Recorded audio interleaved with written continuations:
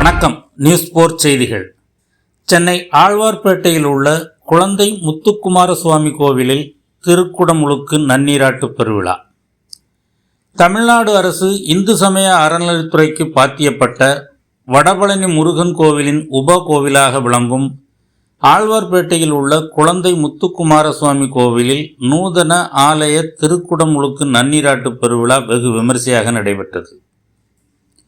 சிற்ப சாஸ்திர முறைப்படி நூதன கொடிமரம் நிறுவப்பட்டு திருப்பணிகள் முடிக்கப்பட்ட நிலையில் பராபவ வருடம் ஆனி மாதம் 12ஆம் தேதி 26/6/2026 வெள்ளிக்கிழமை அன்று காலை 9 மணிக்கு மேல் 10:30 மணிக்குள் துவாதசி திதியும் விசாக நட்சத்திரமும் சித்த யோகம் கூடிய சுபயோக சுப தினத்தில்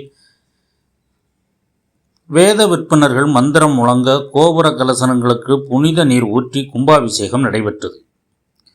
மூலவர் குழந்தை முத்துக்குமாரசாமியை தொடர்ந்து பரிவார தெய்வங்களான விநாயகர், தட்சிணாமூர்த்தி, சிவலிங்கம், அம்பாள், சண்டிகேஸ்வரர் ஆகிய சன்னதிகளுக்கும் கும்பாபிஷேகம் நடைபெற்றது. கும்பாபிஷேக விழாவினை தொடர்ந்து பக்தர்கள் மீது புனித நீர் தெளிக்கப்பட்டது.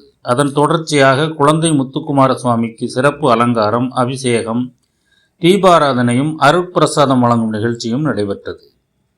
வடபழனி முருகன் கோவில் தலைமை சிவாச்சாரியார் செல்வம் தண்டபாணி தலைமையில் சிவாச்சாரியர்கள் கும்பாபிஷேகத்தை நடத்தி வைத்தனர்.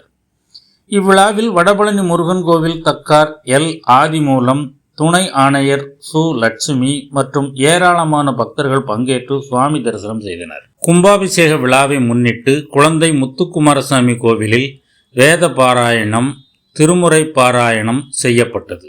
நியூஸ் 4 செய்திகளுக்காக வை மாரிமுத்து.